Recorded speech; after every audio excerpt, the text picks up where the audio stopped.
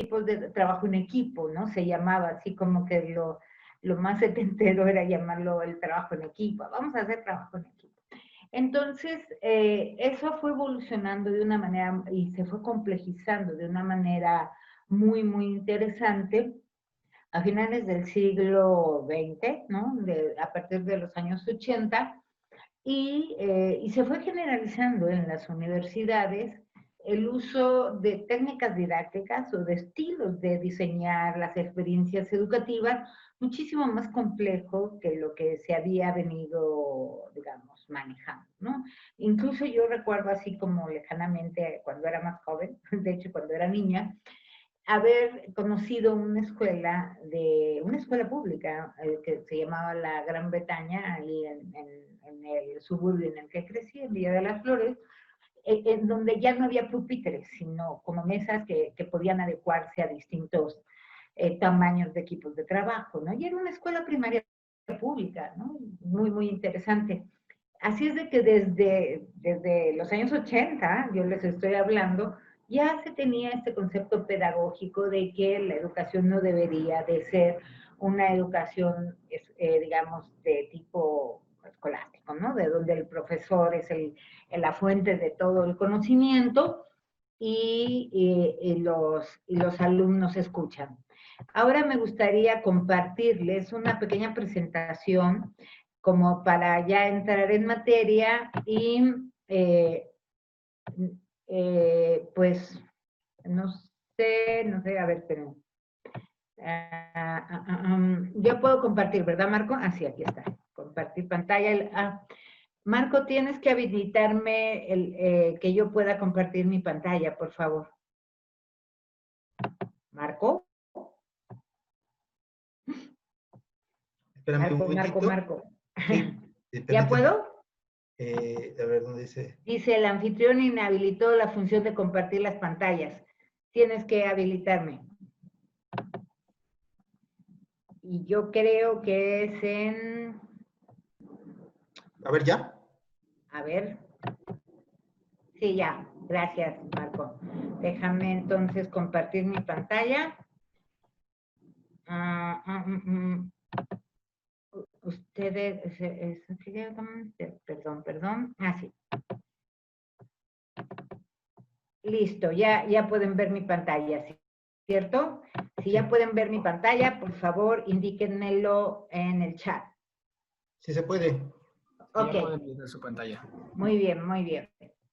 Entonces, voy a empezar, ¿no? Entonces, ya no voy a decir que damos clases, sino algo que es mucho más complejo, que diseñamos experiencias. Así se llama mi presentación. Y yo lo aprendí como muy joven, cuando opté en la universidad por la preespecialidad que era investigación y docencia. Y mi maestro Sergio Montes, de didáctica de la especialidad, nos decía algo como muy sencillo en términos digamos, del diseño de la experiencia. Nos decía, la alumna, el alumno, tiene que hacer algo. Ese algo puede ser leer, dibujar, escribir, pero no escuchar. Escuchar no es una actividad que les sirva a los alumnos. Entonces tienen que ser cosas diferentes. De que el alumno, la alumna tiene que hacer algo, me gustaría referirme a cuatro caminos para diseñar experiencias que espero que les puedan servir. ¿Alguien tiene abierto su micrófono? ¿Podrían silenciar su micrófono en esta primera parte y después les voy a pedir, si son tan amables, de levantar la mano para que podamos hacerlo con orden? Gracias. Entonces, las cuatro técnicas de las que me gustaría hablar esta tarde es aprendizaje basado en problemas, aprendizaje servicio, aprendizaje basado en proyectos y muy brevemente, aprendizaje basado en investigación. Muy bien. El aprendizaje basado en problemas Es, digamos, de estas técnicas que iniciaron en los años 80 y es muy, muy interesante porque sirve muy bien, muy bien para todas las materias de humanidades y puede también, por supuesto, usarse en materias digamos, de ciencias, pero se necesita mucho trabajo previo, ¿no? Un poco haciendo una historia personal, les diría que cuando hace como 22 años yo entré a trabajar al Tecnológico de Monterrey, estaban cambiando su modelo educativo y entonces nos dieron pues capacitación para las distintas técnicas que entonces estaban usando, entre esas el aprendizaje basado en problemas. Y yo me acuerdo que en aquel entonces le hablé a una profesora que yo quería muchísimo, le estimaba muchísimo, era como mi gurú en educación. Le hablé por teléfono y le dije, oye, Rosalía, yo estoy como pues, muy asombrada de lo que me pide el Tecnológico de Monterrey, porque pues requiere mucha planeación, ¿no? O sea, porque ahorita van a ver por qué. Y pues yo siento que de alguna manera esa planeación pues no me la están pagando, ¿no? Así de egoísta era mi planteamiento. Pero Rosalía, como una mujer sabia que siempre fue, me dejó hablar por teléfono y me dijo una cosa que yo creo que me conectó con mi esencia de profesora.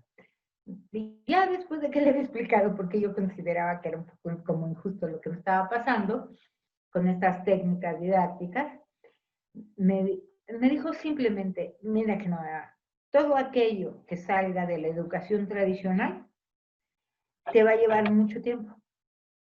Yo te sugiero que seas generosa y que hagas las cosas como te lo están pidiendo. Ese fue tal vez el comentario central de mi twist como profesora, porque yo dije, claro, o sea, claro que sí, o sea, tiene razón, y me conectó con mi vocación de profesora, entonces yo ya no cuestioné, no me puse a contar chiles, ¿no? Respecto al tiempo que yo necesitaba para la planeación y me adentré en estas técnicas. Entonces, este aprendizaje basado en problemas tiene varios pasos importantes. Primero hay que diseñar un escenario. Entonces, ese escenario es un enunciado que puede ser de media cuartilla sobre alguna cosa en particular, que está redactado de tal manera que tiene límites temporales, tiene límites, digamos, de alcance hasta dónde van a llegar los estudiantes, tiene información contextual pero está, digamos, redactado de tal manera que ni siquiera tiene una pregunta. Entonces uno reúne a los muchachos en equipos y les da los escenarios. Yo trabajé, como mis grupos no eran tan pequeños, trabajé digamos, con cuatro grupos de alumnos, ¿no? Que eran 7, 8 alumnos, ¿no? Pero yo prefería equipos un poco más chicos, como 5 o 6. Y les repartía 3 escenarios, algunos se repetían, eso estaba bien. Entonces tenía circulando como 5 escenarios diferentes, digo, 3 escenarios diferentes en 5 equipos. Entonces, el primer paso, cuando ya se suelta el escenario, a los alumnos es que lean el escenario y que entre ellos lo lean varias veces y que entre ellos distingan que comprenden el significado pleno de todas las palabras que están en el escenario. Después tienen que generar una pregunta de investigación, ¿no? Que no puede ser ninguna pregunta que empiece con qué, ¿no? Eso nos llevaría toda una sesión. Pero bueno, ¿cómo fomentarlo? Durante durante estas reuniones en donde el profesor está presente, es decir, esto no es un trabajo de casa. Ahorita vamos a ver cuándo se hace trabajo en casa. Lo podemos hacer incluso por Zoom, porque el Zoom nos permite dividir en equipos, hacer salas por cada equipo y nosotros estar entrando a ver cómo están trabajando en cada equipo que se está discutiendo. Entonces tienen que generar una pregunta de investigación y luego tienen que generar, de acuerdo a esa pregunta de investigación, una serie digamos, que yo le llamo preguntitas, que son subtemas, que les permitan llegar a esa pregunta de investigación, solo generarlo. El profesor va pasando por cada una de las salas de Zoom y va viendo si las preguntas son adecuadas. Notarán que hay esto que está como en anaranjado, que son las cosas que tenemos que hacer como docentes. Ese paso no es muy claro para los alumnos, pero es así donde nosotros, digamos, hacemos bien la planeación, porque mientras ellos están discutiendo, uno va viendo el cuestionario que están haciendo, y aquí se ajustan las metas educativas. Por ejemplo, hay preguntas que no vienen al caso, ¿no? O sea, que no se ajustan al objetivo de este proyecto de aprendizaje basado en problemas. Ahorita voy a dar rápidamente unos ejemplos. O aquellas preguntas que son preguntas tan difíciles que exceden digamos, los propios objetivos académicos o que son difíciles de conseguir. Yo a veces, cuando el equipo era muy brillante, se los dejaba como unas preguntas termómetro, porque eran difíciles de encontrar, porque en el diseño uno tiene que ver qué libros están disponibles en biblioteca o qué libros digitales están disponibles. Es decir, si el alumno va a poder llegar a ese conocimiento. Es parte del diseño del escenario. Y luego, o sea, todo eso sucede en nuestra sesión de suma hora o en nuestra sesión de clases. Y luego hay un paso individual. El siguiente paso es un paso individual. Ya con el cuestionario hecho, todos investigan todo. Eso es muy importante. No se les aclara muy bien que no deben de dividirse el cuestionario, sino que todos investigan todo. ¿Para qué? Para que en la variedad de recursos que uno ofrece en la biblioteca digital o en la biblioteca física, incluso entrevistas directas, hay como muchos recursos a los que ellos pueden tener acceso, pues tengamos distintas fuentes, pero si se dividen las preguntas, pues ya no tiene sentido. Entonces, todos investigan todo, hay que hacer como mucho hincapié. Y este es trabajo individual que sucede en sus casas, ¿no? Sucede en otro momento que no es donde estamos presentes. Después tenemos nuestra segunda sesión. Estas técnicas llevan varias sesiones, que es la discusión en clase. Entonces, nuevamente por Zoom dividimos hacemos saloncitos, hacemos sesiones así como donde está nada más el equipo, y entonces la instrucción es que, de acuerdo al cuestionario que tienen, que nombren a un coordinador de discusión, que nombren a alguien que tome notas, y que discutan por orden las preguntas y que todos aporten en esa discusión el resultado de su investigación previa. Nosotros estamos pasando de un salón a otro, ¿no? O físicamente de un lugar a otro, y estamos viendo cómo sabemos que hicieron bien la investigación. Yo soy muy, muy exigente. Yo en aquel entonces les pedía que hicieran fichas de trabajo. No les permitía entrar al salón si no traían sus fichas de trabajo. Les ponía falta. Usted no está listo para la discusión porque no hizo su investigación previa. Vaya a la biblioteca y hágala. O sea, no lo sacas y vayas a jugar. No, vaya, hágala y cuando tenga todo resuelto su cuestionario, regrese. Entonces, pero ¿cómo podemos saber si realmente la investigación es profunda? Si la investigación es profunda, se arrebatan la palabra. O sea, no alcanza la sesión de hora y media para que estén discutiendo, porque incluso discuten las distintas versiones de la información. Después en esta discusión es muy importante que nosotros estemos como de un equipo a otro, de un equipo a otro, oyendo lo que están diciendo, y uno va captando cuando una versión no es cierta o algún enfoque va errado. Entonces, es muy curiosa esta técnica y ellos deben de entender, aunque uno está presente en su discusión, no interviene, excepto porque se estén equivocando. Entonces, la medida para ellos de que están trabajando muy bien es de que el profesor esté en silencio. Si el profesor está en silencio, quiere decir que el trabajo va sobre ruedas. Después de esta discusión, hasta entonces, y con el esqueleto del que fue tomando notas, se hace un reporte escrito. A mí me gustaba, no está en la técnica clásica, después me gustaba hacer una sesión como de panel, y entonces poníamos como ellos como expertos, y podían ser los que tenían el mismo escenario, poníamos a 3 de un equipo, o a lo mejor 2 de un equipo y 2 de otro equipo, con la instrucción de que empezaran a exponer el tema, y que se fueran pasando el turno de hablar sobre el tema, como con todos, como un panel de expertos. Esto me gustaba porque los alumnos sabían y tenían la certeza por estar frente al grupo de que ellos habían generado el conocimiento, y entonces ellos podían ser expertos en este panel. Voy a dar paso a 2 o 3 preguntas, por favor, si tienen, muy breves, nada más para clarificar estos 7 puntos. De todos modos vamos a tener la sesión, digamos, posterior, pero si en este momento tienen alguna pregunta, por favor háganla. ¿No hay? Ok. No hay ninguna pregunta. Yo tengo una pregunta, maestra. Sí. Está hablando exclusivamente como en esta, no sé, como dar clase a través de Zoom. No, no. Puede ser físico, y entonces el salón gracias por tu pregunta. El salón se divide, digamos, se hacen grupos con las sillas.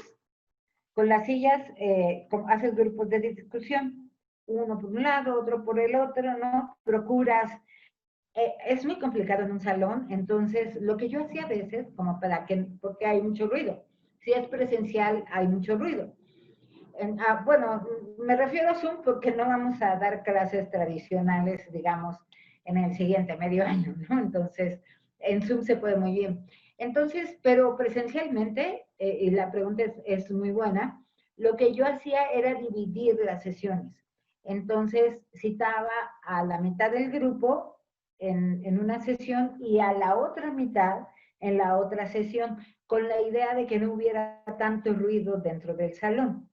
Ahora, también puede, por ejemplo, pedirse un auditorio en la escuela, o sea, un espacio mucho más grande que un salón, y entonces las discusiones pueden ser simultáneas.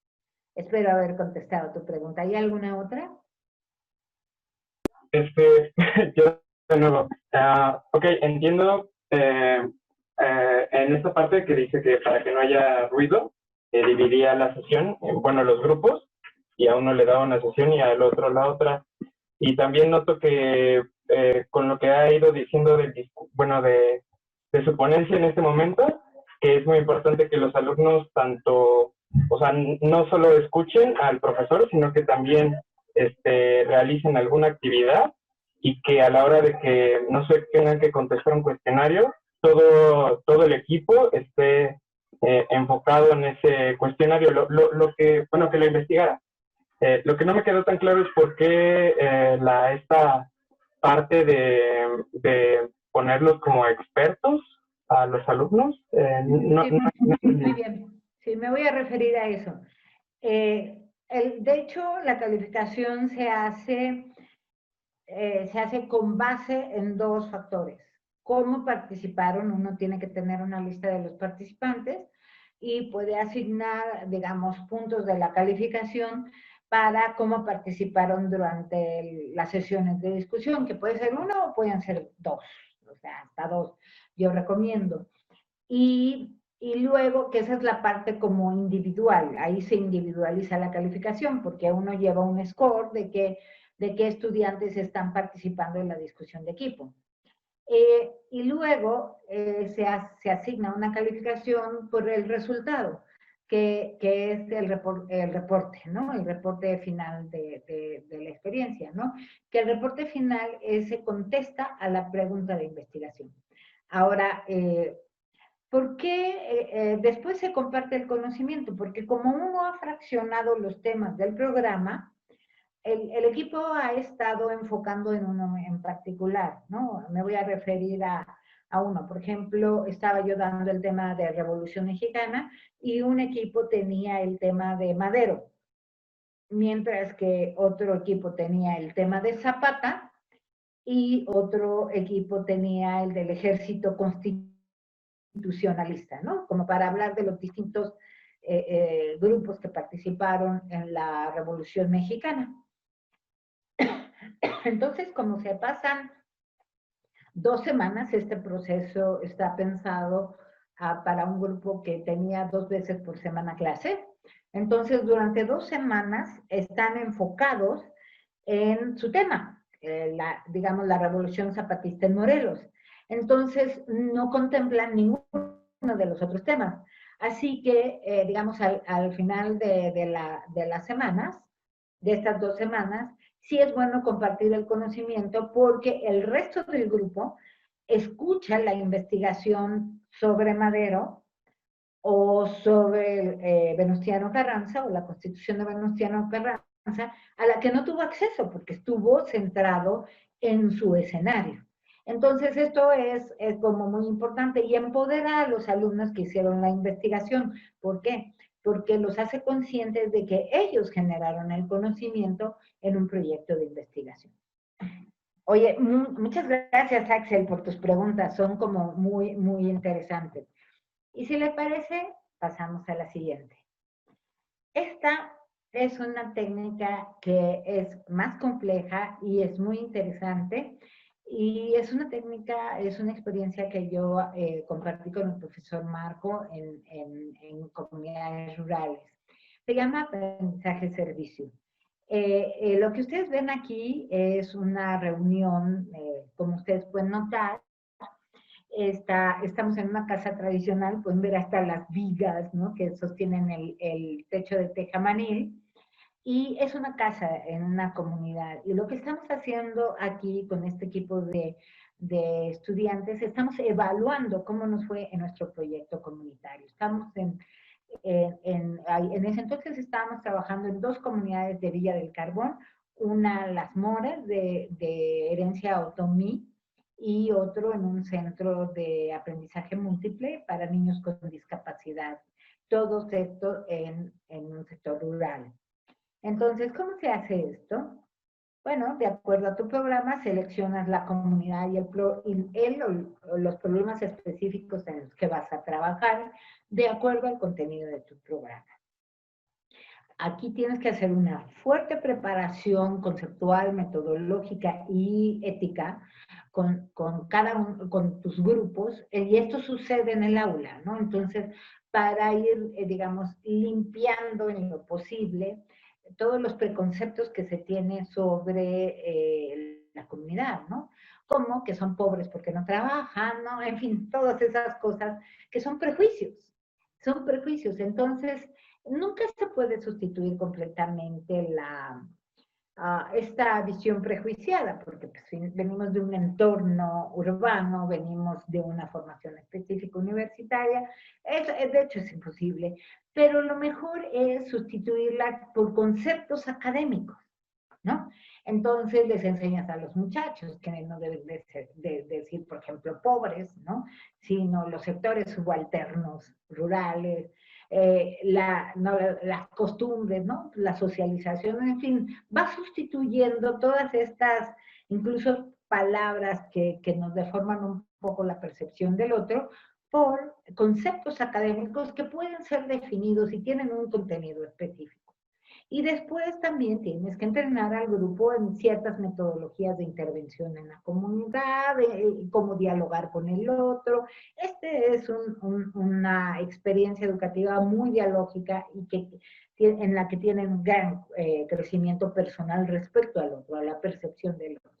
Después vas a una visita diagnóstica para preguntar a la comunidad, que aunque esto tú como profesor ya un poco lo negociaste antes, pero ellos van a la comunidad y hablan con los señores, con las maestras, con las mamás, y en esta visita diagnóstica, como darse una idea de por dónde va el problema que vamos a solucionar y qué dice la persona de su problema.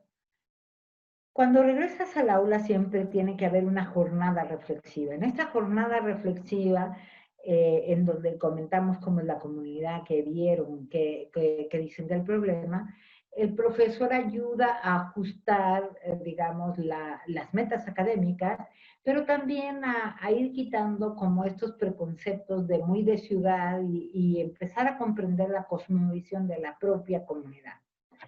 Luego, se prepara el primer prototipo de solución, que puede ser desde un aparato que les ayude a algo, hasta, digamos, hasta una serie de cursos o un proyecto productivo. O sea, la verdad que la solución, o sea, englobamos en este término de la solución como muchas cosas, ¿no? Y se hace como una primera solución, y esto se hace en laboratorios, en los salones, y siempre como profesores tenemos que estar muy cerca de cómo se va generando la solución. Hay muchas técnicas que nos ayudan al diseño de la solución, como el design thinking, por ejemplo, y que se basa en prototipos, ¿no? Y de hecho de ahí yo pongo esto, ¿no?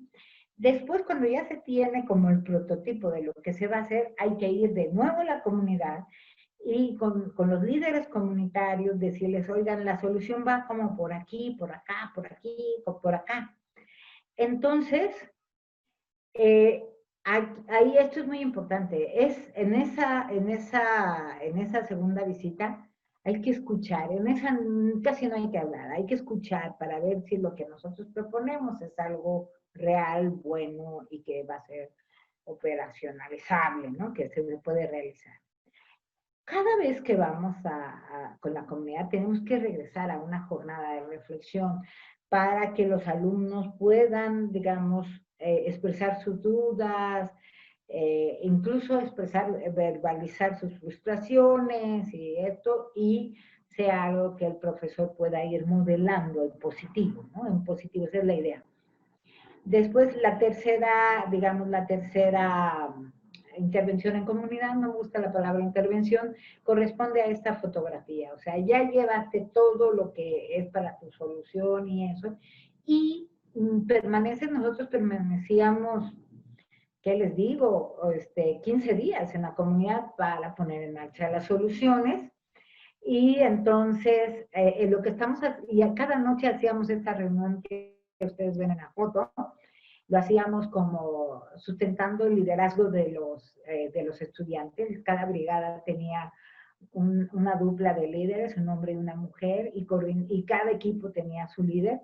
Y entonces cada noche se hacía una evaluación de cómo íbamos en los proyectos. Esto era, y yo como facilitadora de este proceso, yo sobre todo escuchaba, hacía algunas sugerencias, pero ellos resolvían el problema o ellos evaluaban su avance, ellos comentaban.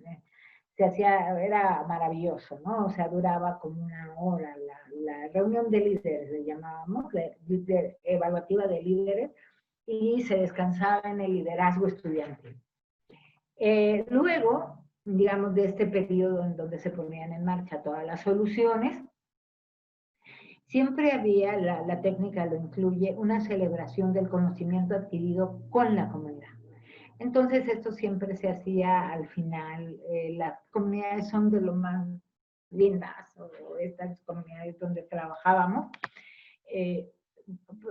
Las señoras echaban tortillas, nos ofrecían una comida compartida, nosotros llevábamos un pastel o algo, pero son preciosas, ¿no? Porque el conocimiento lo hiciste con ellos, lo adquiriste con ellos.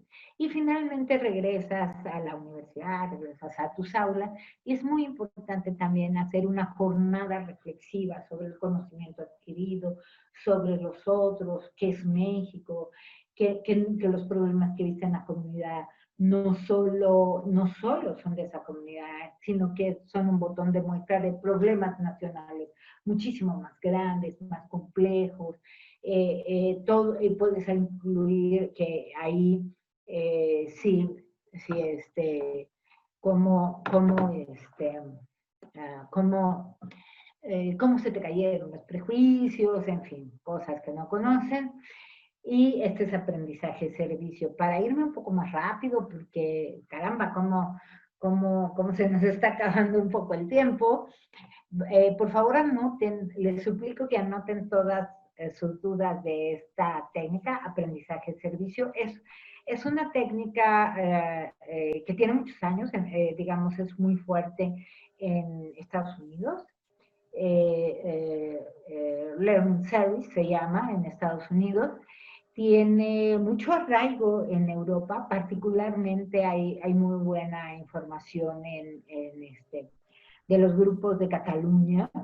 Y en Sudamérica se ha aplicado en Argentina, donde hay un grupo que tiene su página que se llama FRA, en Chile, en Perú, y bueno, aquí en México es como un poco débil, ¿no? Pero es una técnica que nos ayuda muchísimo a educar la empatía y la solidaridad. Yo sostengo que nosotros tenemos una educación generalmente muy clasista, ¿no? Esto no tiene que ver con que seamos de una clase social alta, ¿no? En general la sociedad mexicana es muy racista, no importa el sector. Entonces, es una técnica que nos ayuda a desmontar estas actitudes con cada una de las jornadas de reflexión y nos entrena a la solidaridad y nos entrena a la empatía. Me voy a ir a la otra técnica, Doctora. por favor anoten sus preguntas para la sesión de preguntas. Esto es un proyecto que tiene que tener una gran planeación, esta técnica, porque entonces aquí están estos profesores que daban como materias de automatización, administración de inventarios, una cosa que se llama Six Sigma, que es una metodología para detectar problemas cuyas causas no se conocen. Y yo trabajaba con este equipo, de hecho trabajé 3 veces con estos equipos y, digamos, introduciendo dentro de las soluciones que se daban dentro de estas plantas industriales, todo lo que era responsabilidad social empresarial, es decir, pensar en los trabajadores, en las necesidades de los trabajadores, en las condiciones de los trabajadores, para que todas las soluciones, que típicamente eran, por ejemplo aquí en Bonn, era que tenían un exceso de inventarios y también tenían como bloqueos en sus líneas de producción. Entonces yo a los alumnos les enseñaba metodologías de diagnóstico social y los introducía a digamos, a todas las, no quiero decirle metas, pero es que es todo un esquema de responsabilidad social empresarial que a su vez los ligaba con las soluciones del desarrollo, ¿no? Entonces, más o menos en términos generales, esta es una exposición general, se selecciona al socio formador, a la empresa con la que se va a trabajar, también se puede trabajar con comunidades, se establece conjuntamente con la fábrica o con la institución metas académicas y lo más importante, se entrelazan los programas académicos de cada una de las materias que van a participar en el proyecto. Esto era muy complejo, nosotros entrelazábamos contenidos de 6 materias. No quiere decir que todo se puede, pero era mucho de la flexibilidad, de apertura para entender los objetivos académicos de la otra materia, entender la factibilidad de algunas cosas y encontrar puntos de coincidencia para tener un discurso entrelazado, para ir complementando los contenidos de uno a otro. Una experiencia realmente interesante, de primer mundo, ¿eh? De primer mundo. El Tecnológico de Monterrey ya no siguió con estos grandes proyectos porque implican mucho dinero. Bueno, pero se puede hacer, ¿no? Se firman acuerdos, o sea, una línea base que le llaman, entre la empresa y los profesores para que se vea hasta dónde vamos a llegar, porque una vez que uno está con un grupo de alumnos, porque al final uno está orientando a los alumnos y a la fábrica esto les súper conviene porque aumenta su productividad realmente a muy bajo costo. O sea, lo que hacía la fábrica era mandar un transporte. Bueno, esta sí pagó un poco más, ¿no? Pagaba el hospedaje de los alumnos, pagaba la comida, pero se quedaba con soluciones que pasaban un poco de todos los contenidos académicos que tenían que aprender los muchachos, pero con el expertise de los alumnos, de los profesores, porque éramos nosotros quienes evaluábamos sus soluciones. Bueno, los empresarios quedaban encantados, porque es como si hubieran tenido una consultoría profesional pues a muy bajo costo y además tener a los muchachos y que puedan, digamos, tener un semillero de gente que después se integre a trabajar. Es muy padre, les ofrecían trabajo después de haber estado 6 meses con ellos. Se plantean los problemas con el socio formador, que sí se puede hacer, que no se puede hacer, hasta dónde vamos a llegar. Y tampoco se dan muchas clases, se dan clases, sí se dan sesiones, pero no son demasiadas. Digamos que en todo el semestre a lo mejor se dan 8 clases formales que tienen que ver con conceptos, que tienen que ver con comprensión de la metodología, que tienen que ver con enfoques, o sea, con eso, ¿no? Porque la mayoría del aprendizaje sucede más bien en jornadas de asesoría personalizada a cada equipo y revisión de avances. Es una metodología muy, muy demandante, pero muy, muy interesante, ¿no? Luego se aplican las soluciones a las fábricas. Nosotros veíamos cómo se transformó la fábrica. Con nada más había fábricas que de un día a otro los muchachos les enseñaban la aplicación de las 5S, o no sé cómo se llama, y ordenaban la fábrica, limpiaban la fábrica. Ya nada más con eso aumentaba la productividad de la fábrica. Los empresarios eran felices con esto. Y luego se hace una entrega de resultados. Bueno, muy bien. Voy a explicar, por favor, anoten sus preguntas y voy a explicar la última. ¿Qué es aprendizaje basado en investigación? Esto sirve mucho como para estancias de investigación, para cuando los alumnos trabajan con nosotros, los investigadores. Entonces, no pueden ser todos, entonces sí se selecciona a estudiantes que estén prontos a obtener el grado, que tengan un dominio e interés en la materia. Con el profe Marco hicimos algo así, más o menos, con un proyecto de investigación. Fue muy interesante. Tal vez recuerde el profe que yo me llevé a Zacatecas a Karen Sujo y a Jessica Storm a aplicar los focus group y las encuestas. Pues me da mucho gusto decirte que acaban de aceptar a Karen Sujo en el doctorado de datos masivos, de Big Data en computación en el CEM. Ha desarrollado, pero como pocas exalumnas, y está por entrar al doctorado. Pero es esto, seleccionas alumnos afines, alumnos brillantes, y entonces seleccionas la metodología que vas a hacer, es decir, el diseño de la investigación corre a cargo de los profesores investigadores, como lo hicimos con el profe Marco en esta investigación que corrimos con fondos de CONACYT, que fue la de discriminación. Estableces una cronología, unas metas académicas, y aquí no es un grupo, aquí es solo algunos estudiantes, entonces los entrenas, ellos reciben entrenamiento, y pues puedes escribir conjuntamente pues capítulos. Yo recuerdo perfecto, y está en el libro que hicimos conjuntamente con el profesor Marco, las alumnas que venían de Guadalajara, que tenían sus estancias de investigación, hicieron capítulos, construyeron capítulos, en fin, o sea, tienen toda el background de participar en un proyecto de investigación como nosotros lo hicimos. Y pues hasta aquí, ¿no? Para dar pie a para dar pie a sus preguntas. Estoy lista para contestar sus preguntas ahora sí.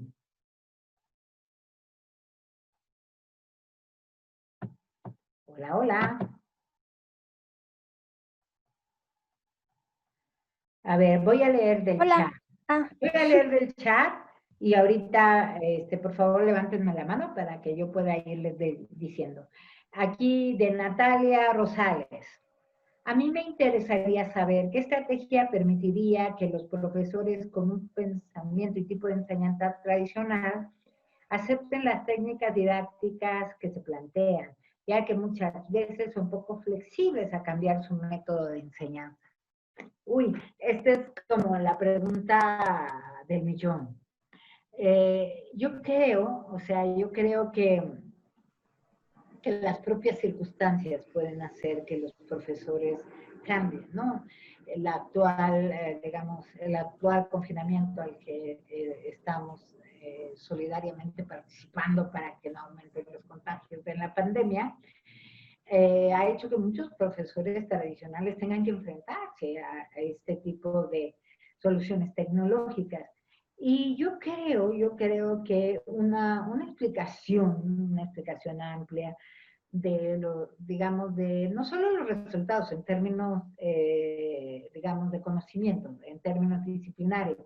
Hay una cosa muy importante que sucede en todas estas que he explicado, que hay la obtención de lo que son las competencias blandas.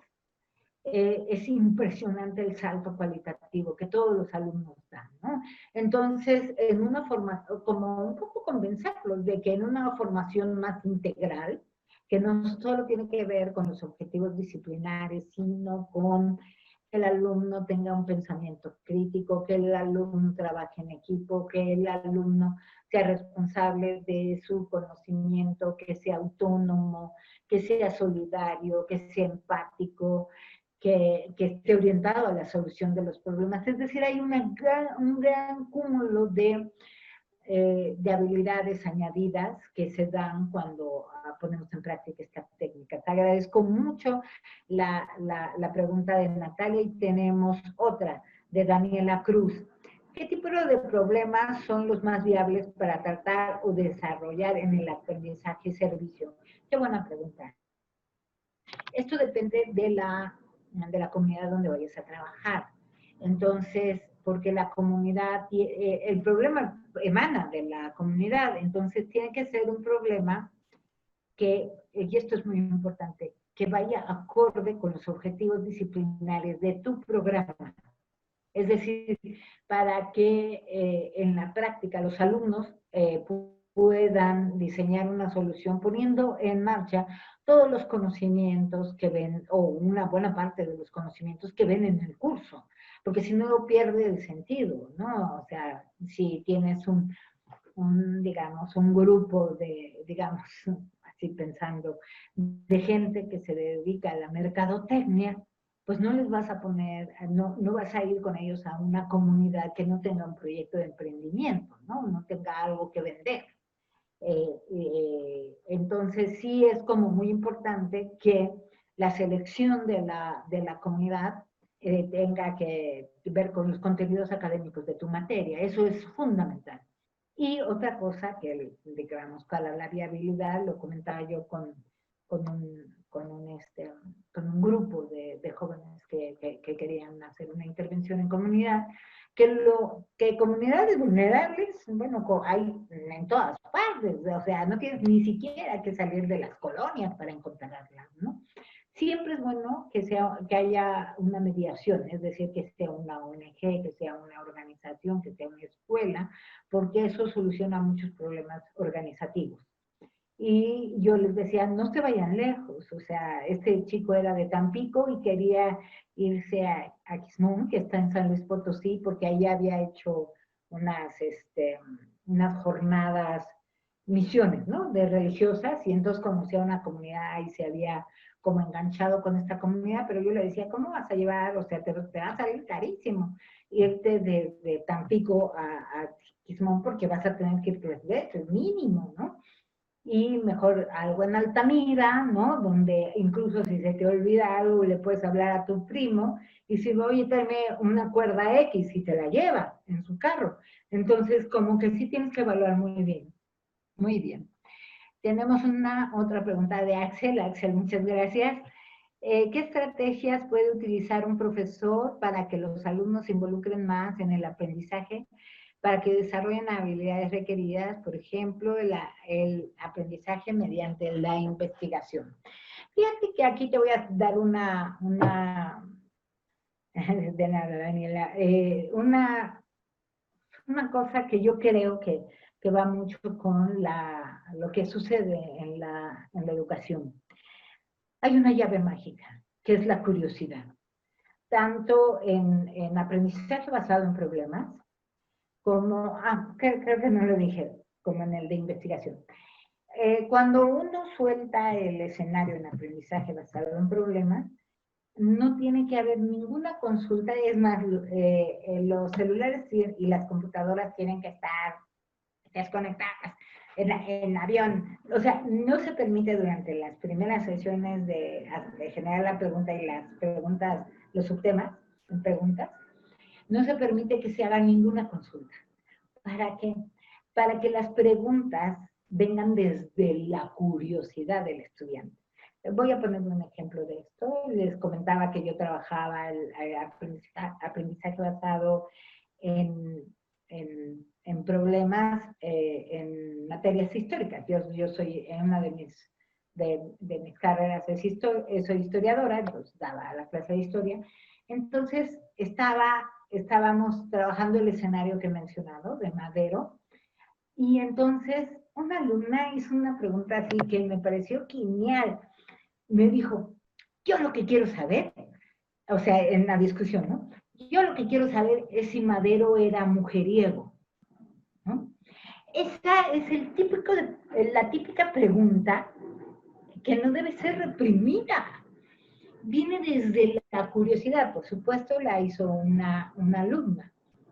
Y le digo, perfecto, es una buena pregunta. ¿Por qué para mí era importante que la pusieran dentro de la lista de preguntas de Todos investigan todo?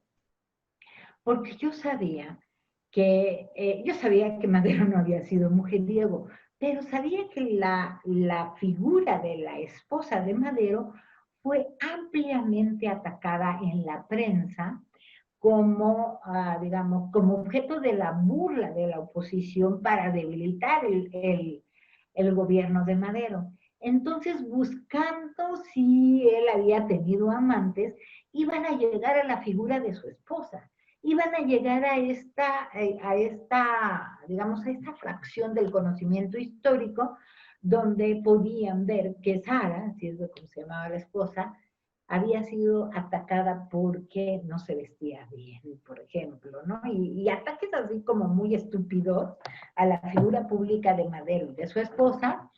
Y entonces, este tipo, o sea, la curiosidad es la gran cosa. La curiosidad es la gran cosa en estas técnicas, ¿no? O sea, fomentar la curiosidad, no por cortarla, porque la curiosidad es un gran camino para el conocimiento. Esa sería mi respuesta, Axel. Doctora, hola, ¿cómo estás? Es de Cassandra Juárez. ¿Considera que alguno de estos métodos de aprendizaje requiere más competencias por parte de los alumnos? Todos requieren más competencias. ¿Por qué? Pensemos en la figura del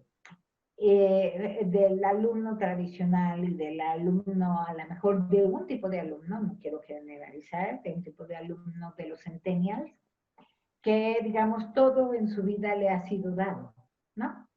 Entonces, de aquellos alumnos que crecen en una burbuja, ¿no? Sus papás los llevan a las clases de natación, todo está resuelto, su mamá es una especie de secretaria particular que les facilita todo, secretaria, chofer y demás.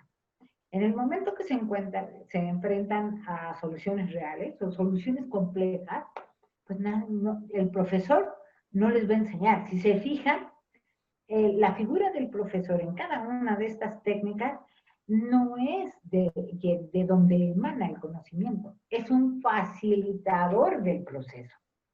Entonces, el profesor no les va a responder. O si el profesor les responde, les responde como una pregunta, ¿cómo lo harías tú? ¿Qué piensas tú al respecto? O sea, el profesor nunca responde directamente con contenidos del conocimiento, sino con comentarios o con preguntas mismas que lo enfoquen y que les diga que el que tiene que generar el conocimiento es él, ¿no? Esto es muy retador. Por supuesto que se requiere de nuevas competencias.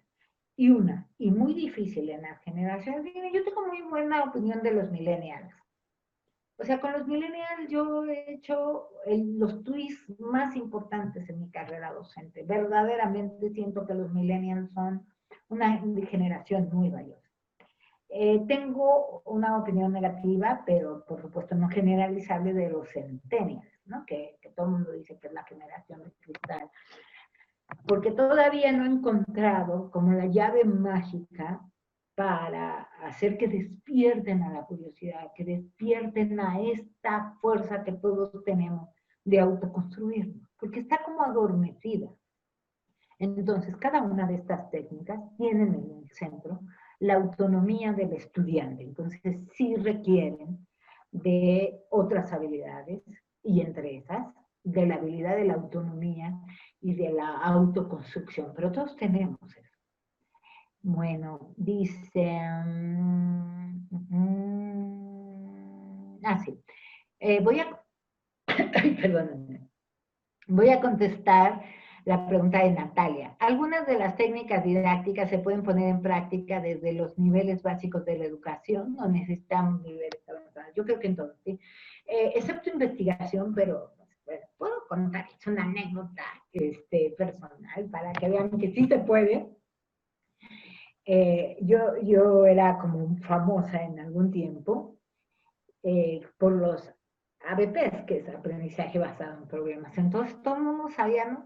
Te va a soltar un ABP, o sea, hasta se hablaban entre las generaciones de alumnos, sus ABPs son cajeta de Celaya, ¿no? Era muy interesante, se metían tanto en los temas de investigación histórica, que acampaban en las casas, ¿no? Entonces, para hacer el reporte final y las mamás les traían pizzas y ellos escribiendo toda la maldita noche. Era muy, muy interesante lo que pasaba con los alumnos. Y una vez me preguntó una chica, no, un chico, me dice, oye, ¿y usted con su hija qué onda? ¿Le pone también sus mini ABPs, no? Mi hija era como muy chica en ese entonces, iba en la primaria, ¿no? Pero fíjense que yo, bueno, no le ponía ABPs, o sea, yo soy su mamá, ¿no? Y entonces, pero sí aplicaba, digamos, ciertas técnicas. Entonces, un día llegó con un proyecto de la escuela, ¿no? Y dice, mamá, tengo que hacer un proyecto sobre las luciérnagas. Y yo así en mi mente, perfecto, es un ABP, ¿no? Sí, qué bien.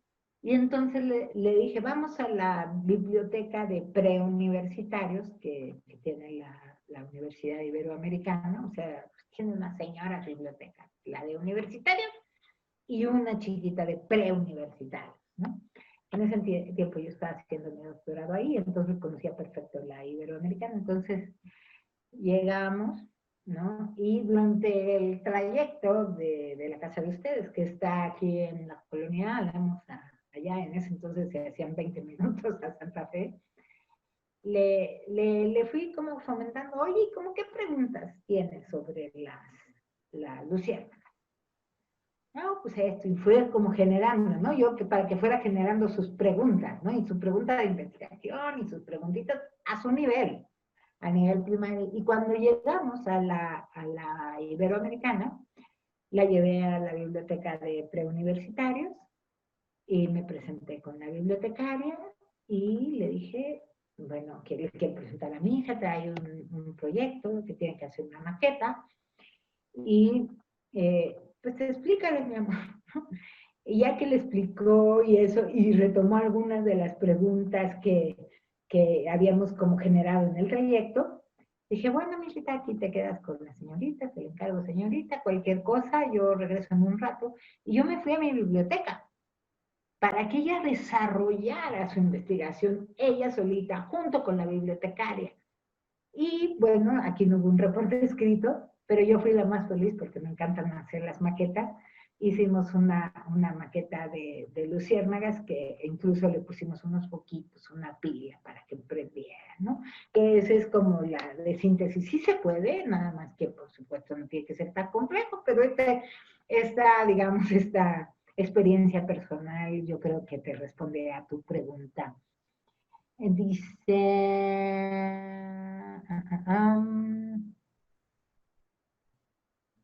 Sí, Daniel, el aprendizaje basado en proyectos también la podemos utilizar dentro de una organización para mejorar el rendimiento, motivación laboral. Sí, claro, de los trabajadores, claro, esa es la meta. El proyecto es mejorar, es una combinación entre aprendizaje, servicio y proyectos. Combinan muy bien las dos, combinan muy bien. Y sí, sí, el objetivo del proyecto es que se vean más motivados, que mejoren su rendimiento. Es lo que hicimos con la fábrica, nada más que aquí es una organización. He visto, por ejemplo, proyectos de la UAM Coajimalpa que van enfocados a organizar mejor internamente una ONG para que sea más productiva, ¿no? Y sí, se adecua muy bien. Sí, tanto empresas productivas como organizaciones cuyos proyectos son, por decir, intelectuales o son servicios, claro que que esta de proyectos se puede, se puede aplicar, Daniel. Otra, a la de Daniela. También quisiera saber, ¿es posible adecuar alguna de estas técnicas a, por ejemplo, educación básica? Sí. O sea, yo en particular yo creo que aprendizaje basado en problemas, si el escenario se construye tomando en cuenta a los niños, claro que se puede. Es el tipo de, digamos, de actividades que, que fueron la base del sistema Montessori. Claro que tiene que haber como todo un diseño, ¿no? O sea, un diseño, pero sí, sí se puede. O, por ejemplo, pequeños proyectos, ¿no? O sea, pequeños proyectos, digamos, para educación primaria.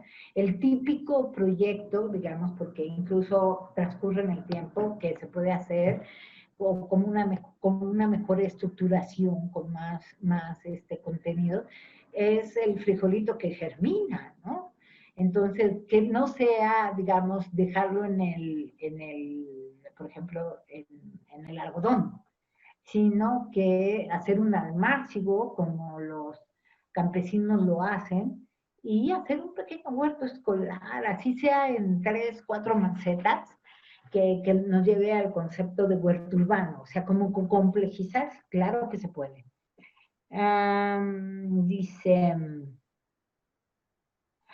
bueno, ya no te preocupes, Daniela, ya di otro ejemplo. Nadia, esta clase de modelos no contrastan con el modelo actual en el sentido de que busca que el alumno adquiera mucha información en poco tiempo. Se adquiere mucha información, ¿eh?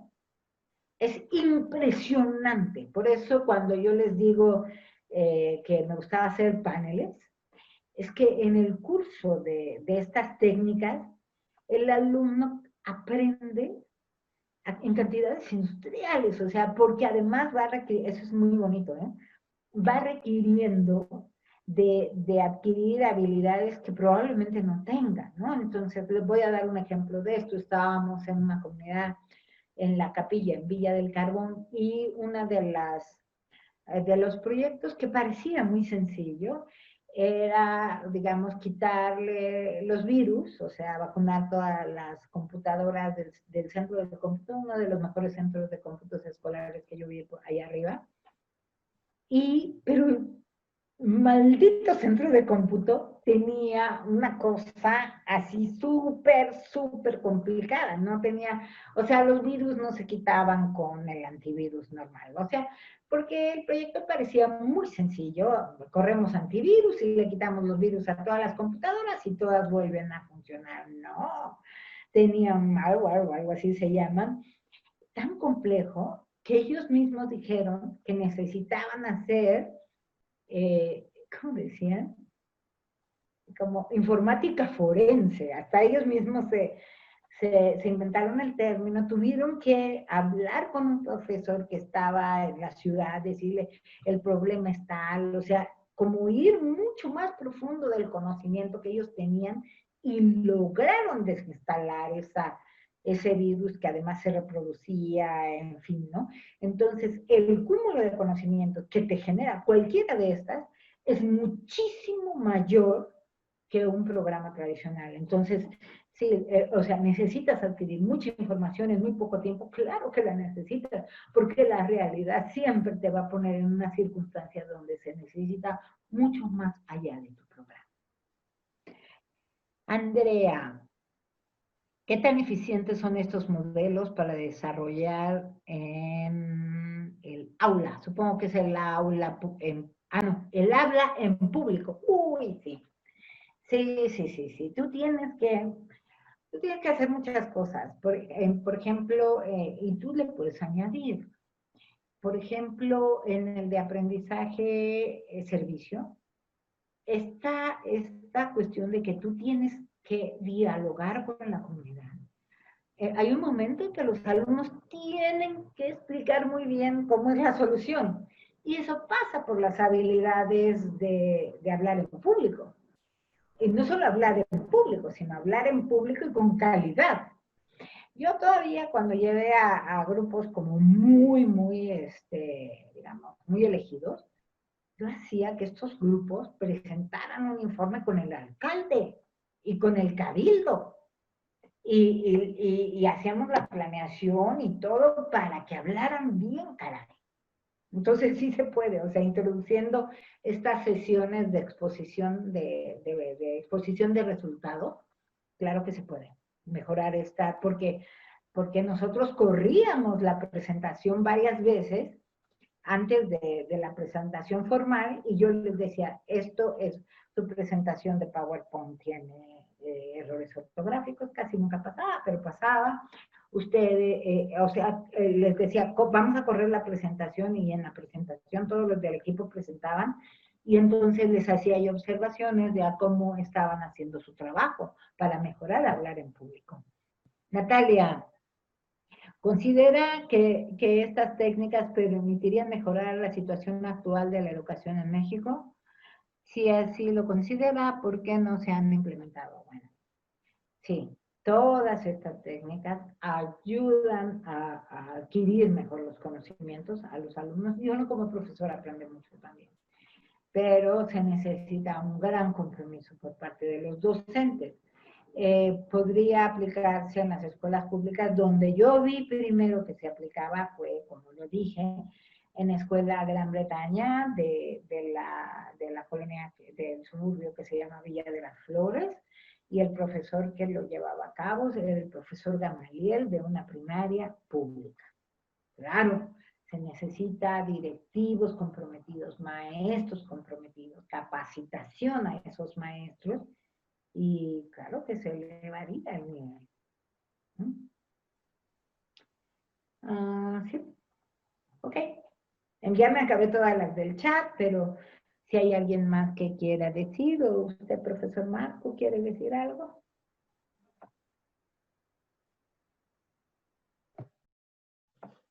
Bueno, pues antes que nada, pues agradecerte, Genoveva, tu participación. Yo creo que ha sido además muy generoso de tu parte y bueno, a los estudiantes seguramente les será de mucha utilidad conocer que existen estas técnicas didácticas que están fundamentadas en un modelo constructivista centrado en el alumno, porque es el alumno el que va a construir finalmente el conocimiento. Por ahí me quedaría con alguna pregunta para vincular estos tiempos de la pandemia, la utilización de la mediación tecnológica y la utilización de técnicas didácticas, porque creo que es un buen momento para vincular la mediación con la utilización de técnicas. Pero claro, se necesita una planeación y esto nos agarró un poco de golpe. Entonces tuvimos que entrar a este modelo, pero ya tendremos tiempo para poderlo planear.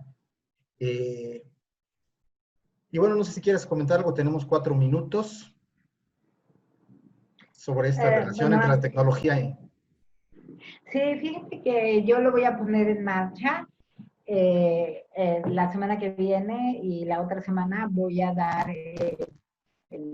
un curso que es abierto de extensión ahí te comentaba, en la UAM Coajimalpa. Uno es el de generación de protocolos de tesis y el otro es la meta para la escritura de la tesis.